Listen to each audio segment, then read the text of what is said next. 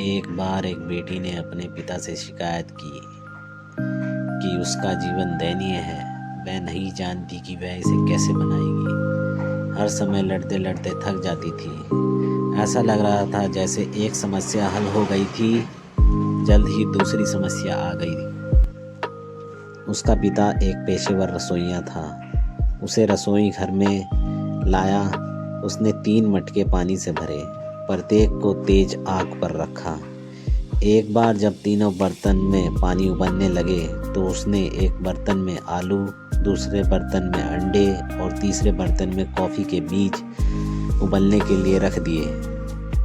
फिर उसने अपनी बेटी से एक शब्द भी कहे बिना उसे बैठने के लिए बोल दिया और मटकों में आलू, अंडे और कॉफ़ी उबलने दी। बेटी कराहती रही और अधीरता से इंतज़ार करती रही। सोच रही थी वह ये क्या कर रहा है।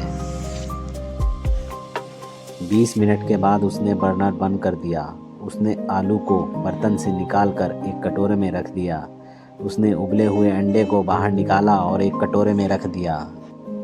फिर उसने कॉफ़ी को निकालकर एक कप में रख दिया और अपनी बेटी की ओर मुड़कर उसने पूछा, बेटी तुम्हें क्या दिखता है? उसने कहा, आलू, अंडे और कॉफ़ी।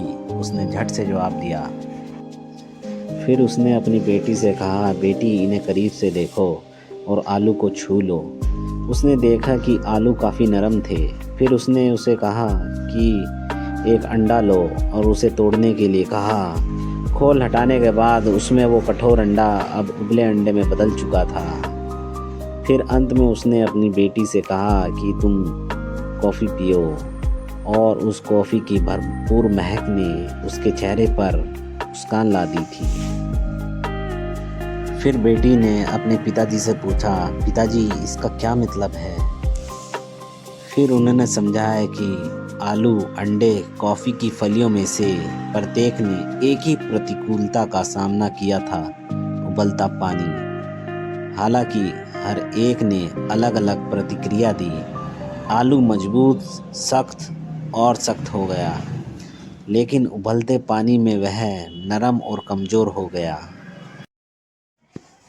अंडा नाजुक था, जिसके पतले भारी खोल ने उसके तरल इंटीरियर की तब तक रक्षा की जब तक उबलते पानी में नहीं डाला गया। फिर अंडे के अंदर का हिस्सा सख्त हो गया।